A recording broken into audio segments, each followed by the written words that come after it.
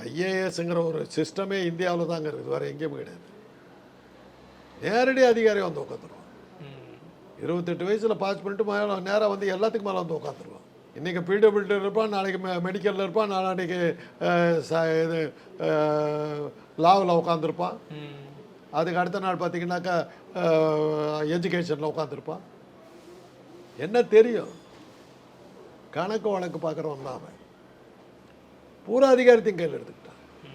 Transfer posting அத்தனையும் கையில் எடுத்துக்கிட்டான். மக்களை பற்றி தெரியாது அப்படின்னு சொல்ல வரீங்களா? ஏஜ் ரூம் போட்டு உள்ளே உட்காந்துருக்காங்க. நீங்கள் அதிகாரி போய் பார்த்துட முடியாது, தெரியுமில்ல? மந்திரியை பார்த்துடலாம், அதிகாரி போய் பார்க்க முடியாது. வெளியில் பியா உட்காந்துருவோம், உட்காருங்கன்னுவோம். போய் பாருங்களேன், செக்ரட்டேரியட்டில் போய் சீஃப் செக்ரட்டரி பார்க்கணுன்னு போங்களேன். எத்தனை இடத்த கிராஸ் பண்ணணுன்னு போய் பாருங்க.